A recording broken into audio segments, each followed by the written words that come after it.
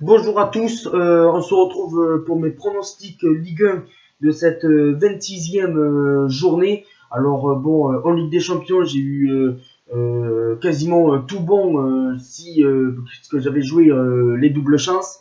Mais après, sur les scores exacts, j'ai eu que 2 bons pronostics sur 4. Et puis de la dernière journée, de la 25e journée, j'ai eu 4 bons pronostics sur 10.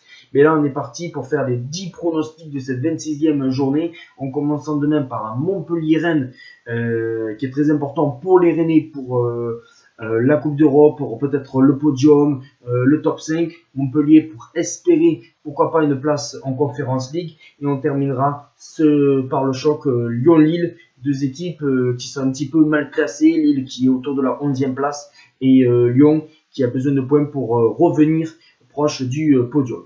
Alors, on commence par Montpellier-Rennes. Et pour moi, je partirai sur un match nul. On voit que les Rennais, ils ont du mal face à des équipes qui veulent jouer un petit peu l'Europe. Après, on sait que Rennes, dans une semaine, aura normalement son match de Conference League de 8e.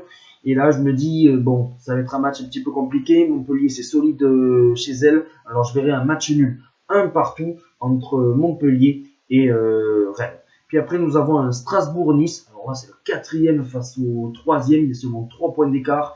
Et on le sait, Strasbourg avait gagné 3-0 à l'aller contre Nice. Après, Nice est beaucoup mieux à l'extérieur qu'à domicile.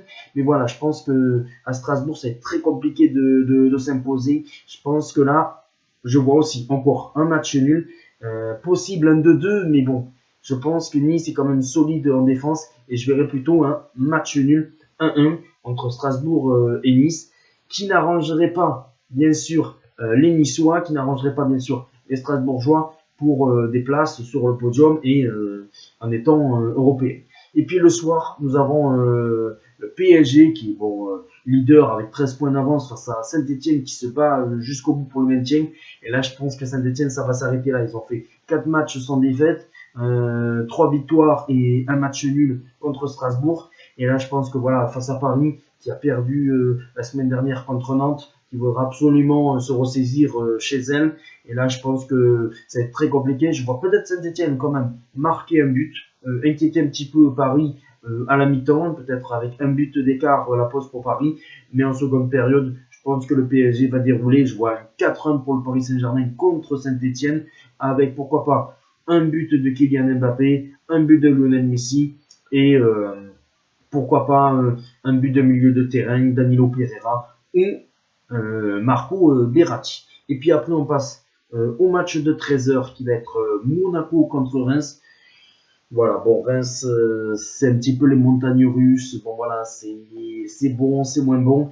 Et Monaco a besoin de points. Monaco a besoin de vite réagir. Et pour moi, là, je pense que Monaco va s'imposer, mais que ça peut être un petit peu compliqué. Je pense que Monaco va pas mettre une tannée à Reims. Et je partirai sur un score de 2-1 pour Monaco contre Reims dans un match un petit peu compliqué. Mais Monaco devrait quand même s'imposer et rester au moins dans ce top 6. Et après, nous avons un Metz-Nantes. Alors là, Metz qui n'aura pas Antonetti pendant quasiment 7 matchs suite à son altercation avec Sylvain Armand et Olivier Létang, le président de Lille. Et là, je pense que pour Metz, ça va être très compliqué ces prochains mois et ces prochaines semaines. Alors que Nantes, ils ont battu le Paris Saint-Germain. Ils sont sur une bonne dynamique. Je pense que cette année, ça peut être vraiment une réelle surprise de Nantes. Et pourquoi pas les voir finir dans le top 6 ou à la 6e place en Conference League. Et là, je partirai sur une victoire de Nantes. Sur la plus petite démarche, un 1-0. Voilà, tranquille. Pourquoi pas un but de Blas ou un but de Colombe. Puis après, nous avons un Clermont-Bordeaux. Est-ce que ça va être le Clermont qui a bien joué face à un mauvais Marseille? Est-ce que Bordeaux a besoin de points? Et Bordeaux a été très bon face à Monaco, même si voilà, ça manque encore un petit peu de jus quand même. Parce que bon, voilà, il y a encore des erreurs un petit peu défensives. Mais sur le plan offensif, c'est beaucoup mieux.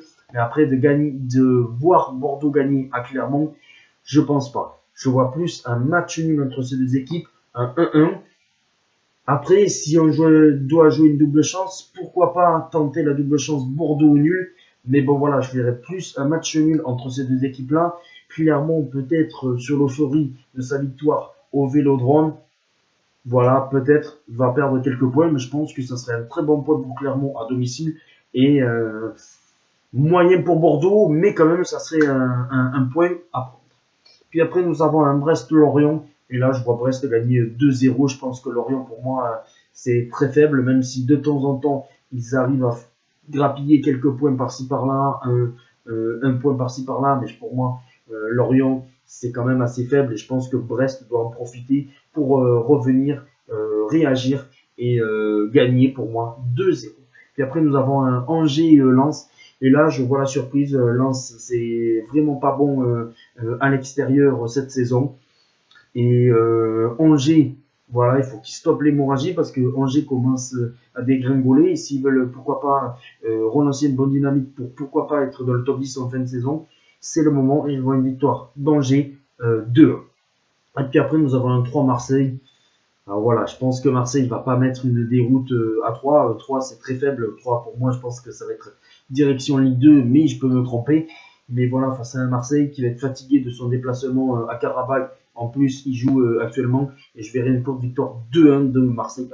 Et puis après, nous avons le choc dimanche entre Lyon et Lille. Et pour moi, je pense que Lyon devrait s'imposer 3-1.